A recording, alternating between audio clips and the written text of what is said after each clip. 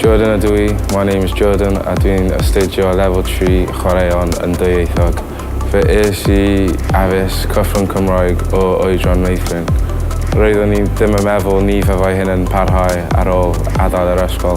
Mae'r coleg yn darparu gwersi a asesiadau dwyieithog sy'n golygu fod Cymraeg yn rhan o fy bywyd pob dydd.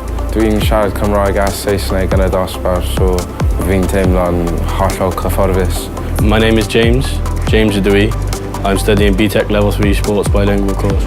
We often get our assignments handed out in both Welsh and English, so we can take key words and key phrases from the Welsh assignment briefs and try and incorporate that within our assignments. As captain of the college rugby team, it's helped us to improve our Welsh identity on and off the pitch. Learning bilingually hasn't had any negative impact whatsoever on my learning. I think it's only improved my vocabulary in Welsh and helped me with my learning and will hopefully help me in my career in the future.